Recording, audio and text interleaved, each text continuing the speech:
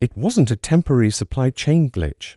It wasn't even a sudden labor shortage. It was the mathematical inevitability of a currency reaching its terminal phase. The phenomenon you are witnessing is rare. Usually, when jobs vanish, prices fall. Demand drops, so costs come down. That is the standard business cycle. But we are not in a standard business cycle. We are in a sovereign debt cycle. When these cycles end, the rules of economics invert. Employment falls, production stalls, but prices keep rising. The pattern is unmistakable. It signals that the currency itself is losing the ability to measure value. History provides a merciless roadmap of exactly what happens next. 3 specific empires faced this exact paradox. They all tried to print their way out of a productivity crisis. They all failed.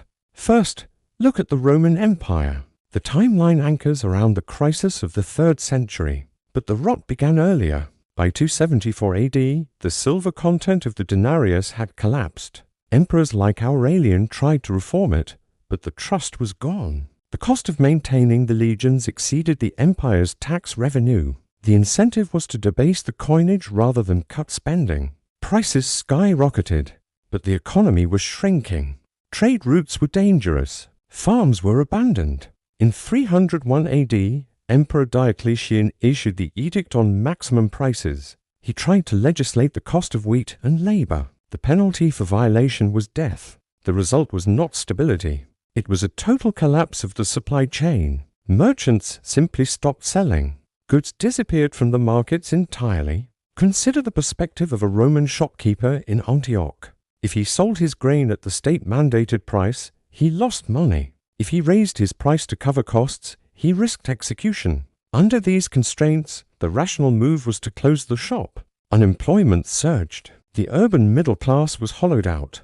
People fled the cities to work as serfs on large fortified estates just to eat. The currency had died, and it took the job market with it, just like the Roman collapse. The Weimar Republic in Germany offers a terrifying lesson in speed. Most people know about the wheelbarrows of cash. Fewer understand the labor dynamics. Between 1914 and 1923, the German mark lost its link to reality. The government was burdened by impossible war. Reparations. They printed money to buy foreign currency and pay striking workers in the raw. Initially, this created a false boom. Unemployment was technically low in the early stages because money was flying everywhere. But by 1923, the illusion shattered. Factories couldn't import raw materials because the currency was worthless. Abroad, production lines halted. Jobs vanished overnight. Yet prices for bread doubled every few days.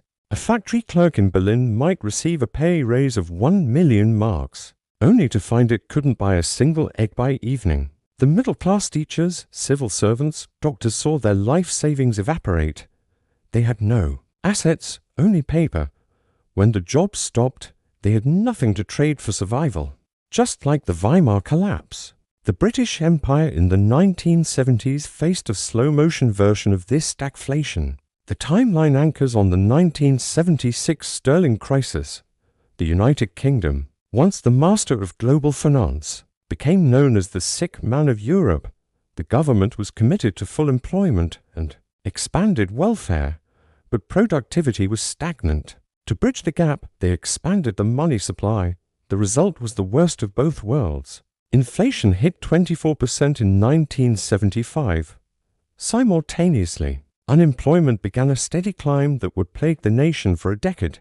The human cost was visible in the winter of discontent. Trash piled up in Leicester Square. Gravediggers went on strike. A unionized dock worker in Liverpool found that even with negotiated pay raises, his purchasing power was falling. His job was protected by a union, but the company he worked for was insolvent, kept alive only by government subsidies that fueled further inflation. The arithmetic was merciless.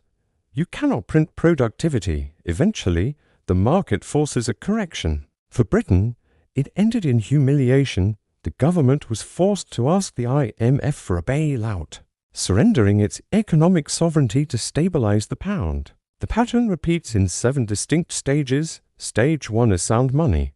the currency is backed by a hard asset or strict fiscal discipline.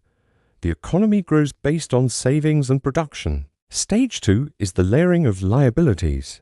Politicians and leaders realize they can promise more than they can afford. By borrowing against future growth, debt begins to rise, but it seems manageable. Stage 3 is the crisis, a war, a pandemic, or a banking panic forces the government to spend massive amounts of capital it does not have. Stage 4 is the suspension of convertibility. The government severs the link between the currency and the constraint, whether that is gold or a debt ceiling. They begin to print or borrow without limit. Stage 5 is the fake boom. The influx of new money makes people feel wealthy. Asset prices rise, employment seems robust. This is the trap. Stage 6 is the signal. This is where we are now.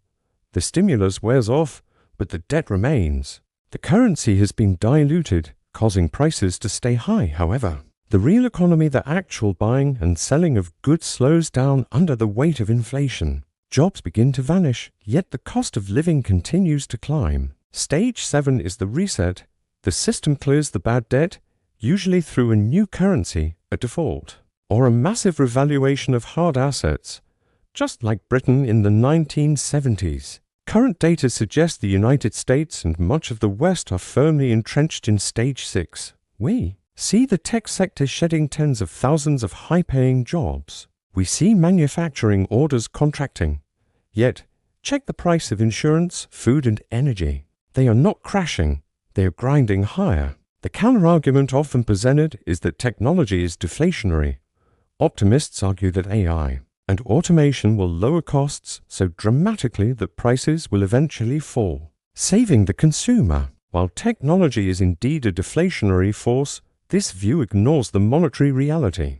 If the money supply expands faster than technological efficiency, prices will still rise in nominal terms. Furthermore, the incentive for the state is to prevent deflation at all costs because deflation makes sovereign debt impossible to service. If prices fall, tax revenues fall, but the debt payments stay fixed. Under these constraints, the rational move for the central bank is to print enough money to offset the deflationary benefits of technology.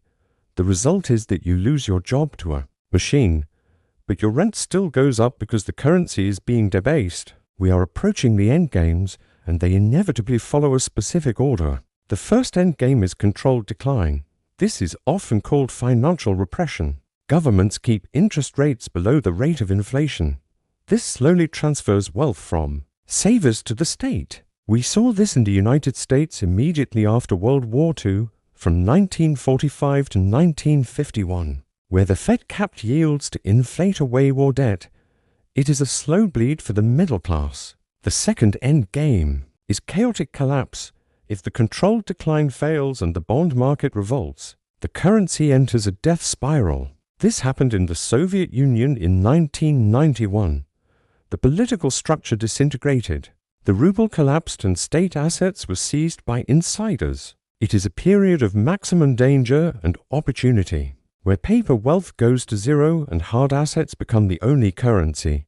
The third end game is reset and restructure. This is the formation of a new system. It happened at Bretton Woods in 1944. It happened in Germany in 1948 with the introduction of the Deutsche Mark. Old debts are often wiped out or redenominated, and a new unit of account is established, usually tied to a basket of commodities or a more disciplined ledger. The only variable is timing and pain. If you want to understand how to navigate this transition, you must look at the data without emotion. Subscribe to this channel. We do not offer investment advice, but we analyze the historical mechanics of wealth preservation. Educate yourself on the difference between currency and money. Build resilience in your income streams. Pay attention to the signal, not the noise.